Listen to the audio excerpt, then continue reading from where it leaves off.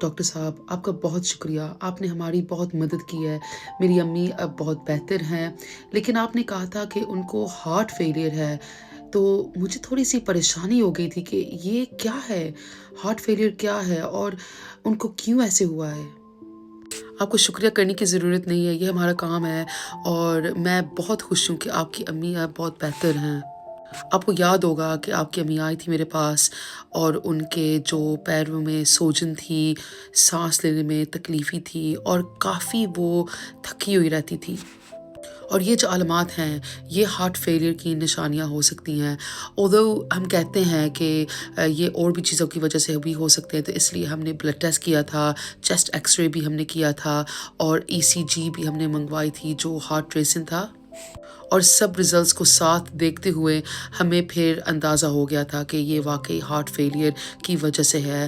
تو الحمدللہ آپ کی امی اب ٹھیک ہیں، ان کا علاج ہو رہا ہے۔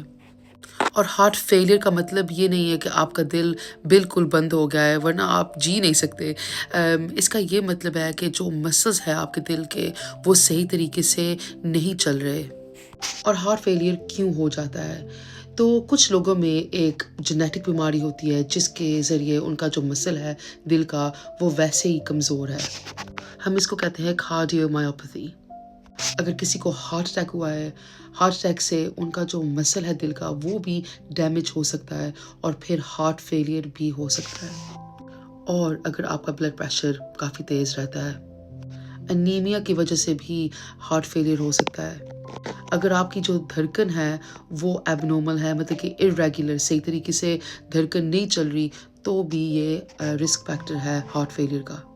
کچھ لوگوں میں ایب نارمل پروٹینز ہوتے ہیں جو دل پر جم جاتے ہیں اور ان کی وجہ سے بھی ہارٹ فیلئر ہو جاتا ہے۔ جو دل کے ویلوز ہیں اگر ان میں کوئی انفیکشن آ جاتا ہے، انفلیمیشن آ جاتا ہے، وہ بھی ہارٹ فیلئر کا رسک فیکٹر ہوتا ہے۔ اگر آپ کو کوئی لنگ کی بیماری ہے پھیپھڑوں میں، وہ بھی ہارٹ فیلئر کا رسک اوپر کرتا ہے۔ کچھ لوگ جو ہیں ان کو تھائرائیڈ کی ایشو ہوتی ہے، تو یہ بھی ایک رسک فیکٹر ہے۔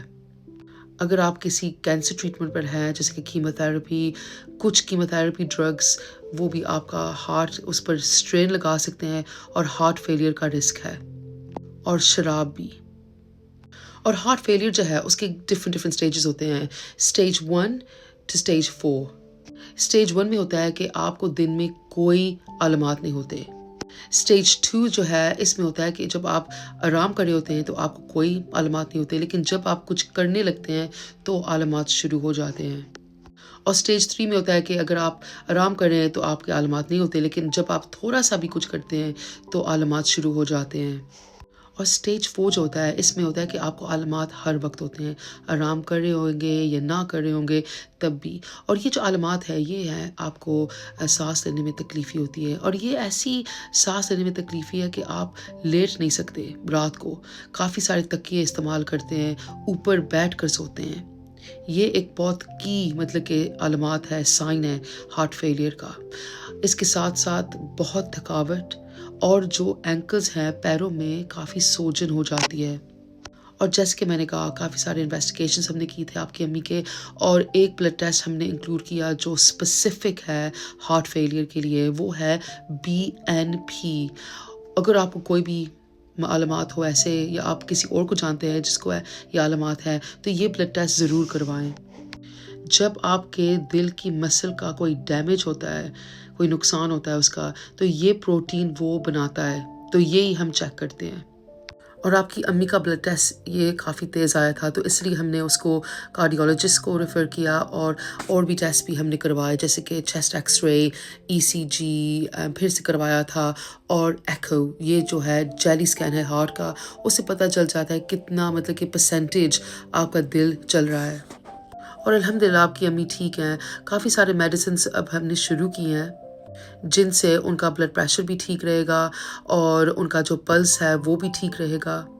اور ان گولیوں کا مقصد ہی یہ ہے کہ ان کا جو ہارٹ ہے وہ اور خراب نہ ہو جائے، مطلب کہ اور فیلئر میں نہ جائے۔ امید ہے کہ آپ کو سب کچھ سمجھ آ گئی ہے۔ اگر کوئی بھی سوالات ہو آپ ویلکم ہے مجھ سے اور سوال پوچھنے کے لیے، لیکن آپ اپنے اور امی کا خیال رکھیں۔ بہت بہت شکریہ، آپ نے اتنے اچھے طریقے سے سمجھایا ہے مجھے کہ ہارٹ فیلئر کیا ہے۔ ہم پیشنٹس کو اس کے بارے میں معلوم ہونا چاہیے، اور اگر یہ علامات ہوتے ہیں ہم میں یا کسی رشتہ دار میں، تو پھر ہمیں اپنے ڈاکٹر سے رابطہ کرنا چاہیے۔ شکریہ۔